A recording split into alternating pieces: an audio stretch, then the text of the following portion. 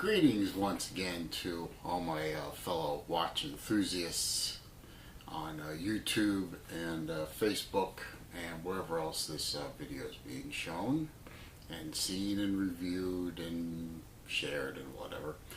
It's Celine Driver again, coming at you today with conversation number 7. These videos seem to be pretty popular, so I sort of came up with that idea the other night and decided to run with it, see where it leads me. The simple theme of today's video is why. Why do we do this? Why do we collect things? And more specifically, why do we collect watches? I think collecting things is probably some kind of human nature, psychological thing that I'm not qualified to explore, so I'm not going to. I'm just going to look at why do we collect watches? Well, I'm going to tell you why I do, and I'm looking forward to hearing what you have to say down in the comments. Why'd you get into this? Why did you start? Was it influence from someone else? Was it, the old dog seeing a squirrel run across his field of vision, the shiny objects and, that kind of thing? Tell me about it. Start a thread down below and let's see where it goes. Quick wristwatch check. I'm still wearing my Zelos Horizons Timekeeper edition, the Aventurine. I love this watch. It's on the Collareb black leather strap, which smells so lovely. I recommend buying Collareb straps just for the smell. Anyway, love this watch. I'm going to keep wearing it for a while. Definitely in the honeymoon phase. I made a video about this watch earlier. If you want to go back and take a look at it in more detail. And if you see me looking down over here, I'm looking at my phone, which is linked to my GoPro, so I make sure I'm in frame and that kind of thing. Now, how did I get into this hobby?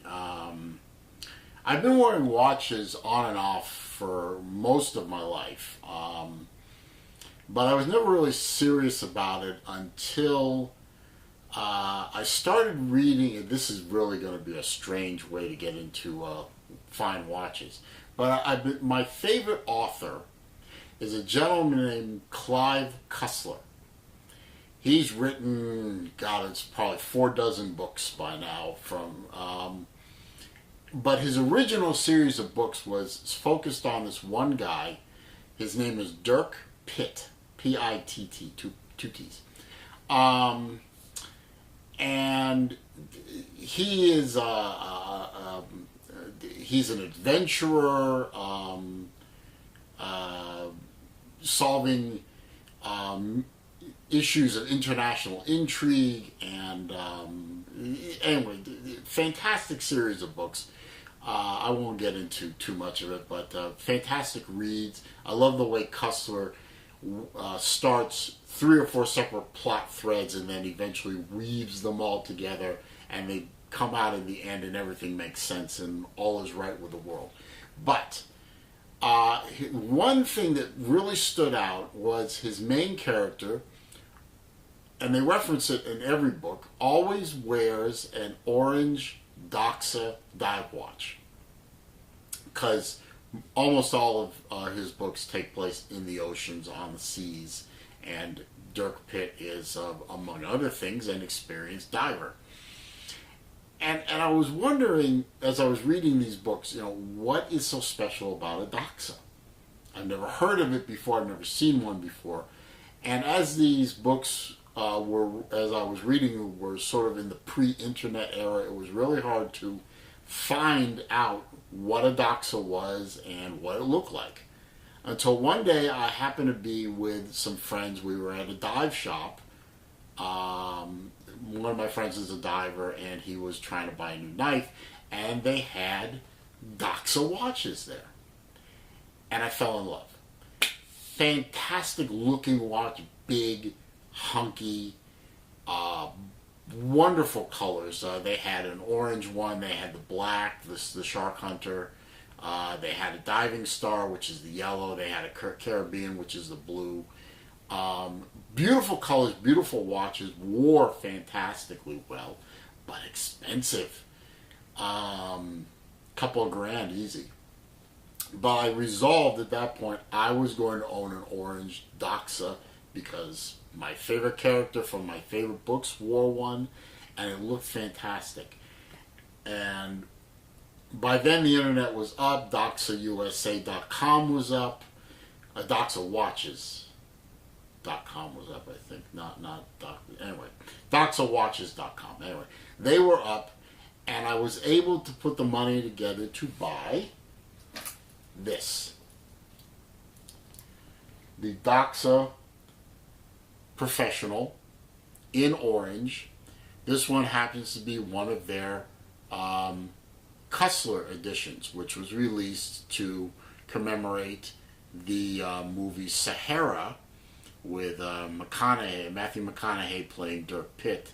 He did an okay job, but I'm not here to review movies. I'm here to talk about watches. And yes, the crown is unscrewed because I wind these things and I don't want to hurt the threads.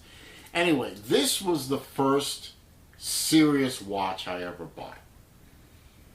And I'm the only owner of this watch, and this was bought in the early 2000s, I believe. I'll have to look that up. It's not important.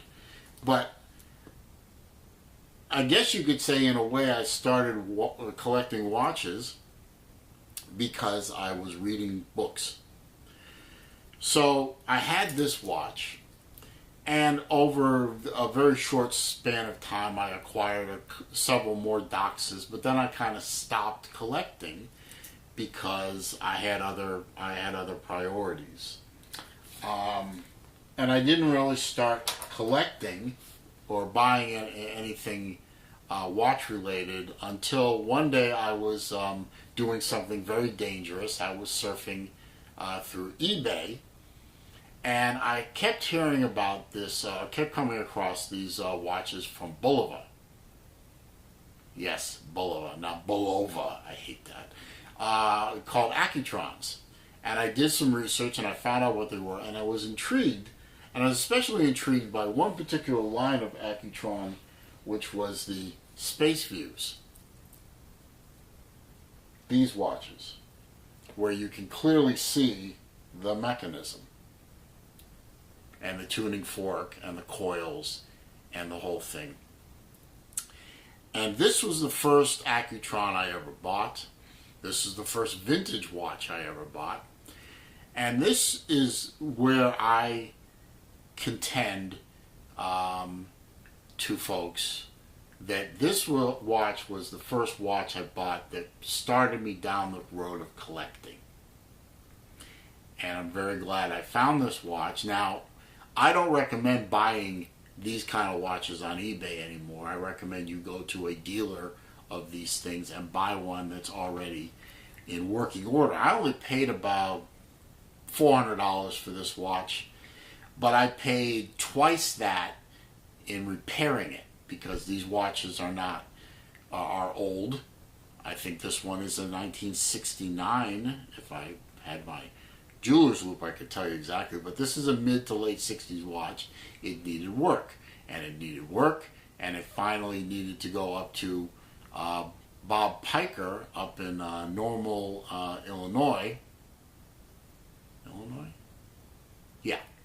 Anyway, I've talked about him before. He's at mybob.net is his website, www.mybob.net. And he specializes in these watches. And he was the one that finally put this watch in working order. I've ended up paying about $1,200 for this watch in purchase price and repairs. I could have saved myself a lot of agony and a lot of time and about $500 by buying the watch from Bob. But enough of the commercial for him. and my stupidity, that was the watch that got me really involved. But I didn't buy a lot of watches. In fact, I didn't buy any for a while until I started taking an interest in my father's collection. He's been collecting watches for several decades now, and believe me when I tell you, he has a very, very fine collection.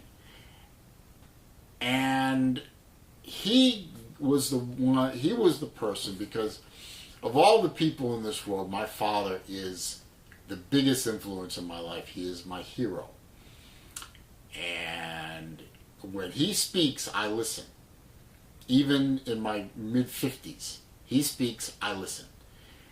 And he was the one that convinced me that I needed to get a lot more knowledge and show a lot more interest in watches for a couple of different reasons. But if I was going to be serious about doing this, I needed to up my game. And so I began to research more. I began to watch more videos. I discovered several channels, which I've mentioned in the past, which influenced purchases, were great sources of information, were people that I could reach out to and ask questions, and really got me started down the path of watch collecting. And the thing that got me, the thing that's held my interest in watches for all this time is definitely the same reason that why I'm a car enthusiast. It's the mechanicalness. It's the living, breathing watch. The tactile feel of winding and setting and caring for these things, and the pleasure of wearing something that's finely crafted and unique. It's personal to you, and some of them can be quite rare. There's only 90 of these.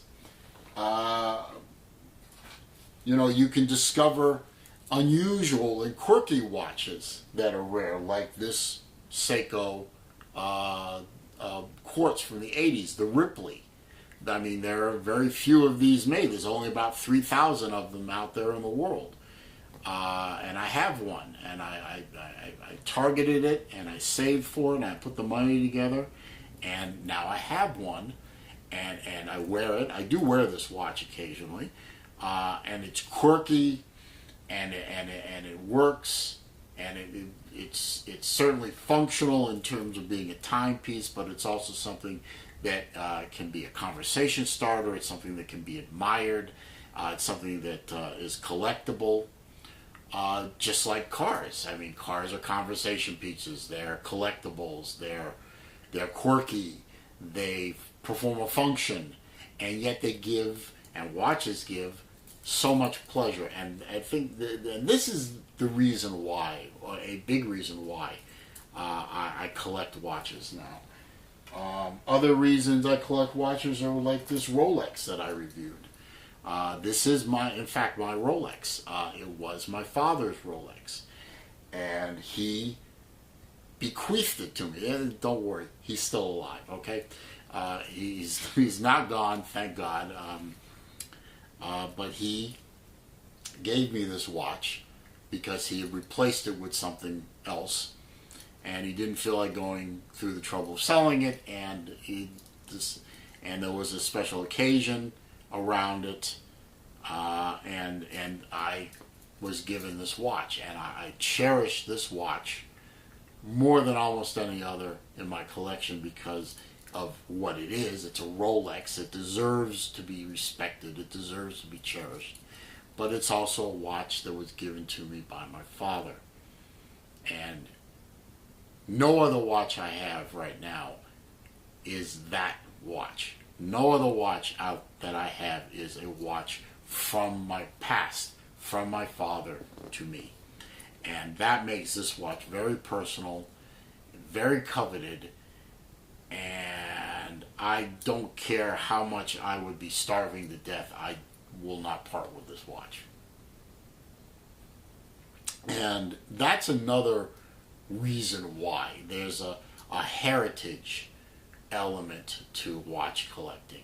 TGV, for example, he talks at length about a pocket watch that his grandfather gave to him and that he cherishes most highly.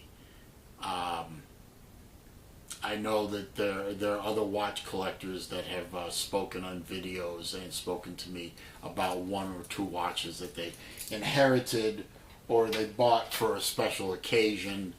I bought one watch for my 50th birthday, which I still have.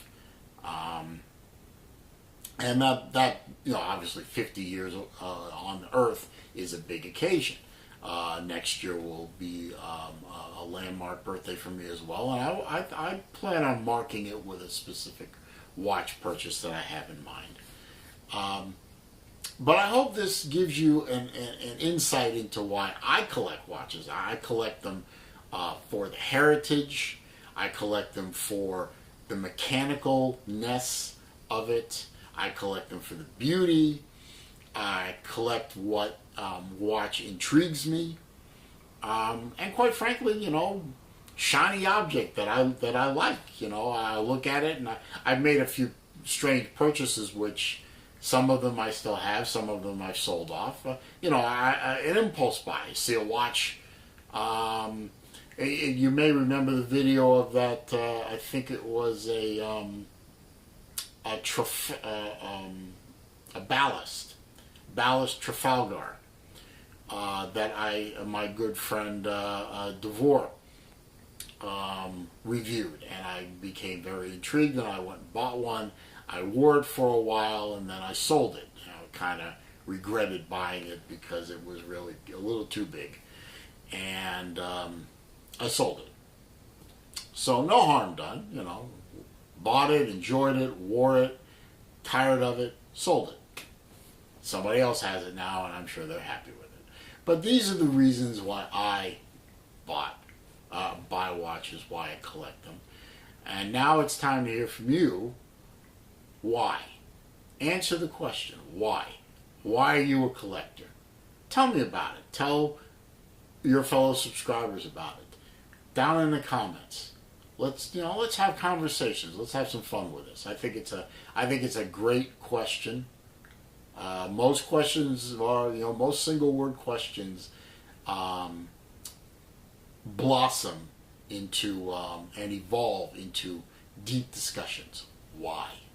Tell me why. Anyway, if you enjoyed the video, I know it was a little long-winded, but if you enjoyed the video, give me a thumbs up. I appreciate it.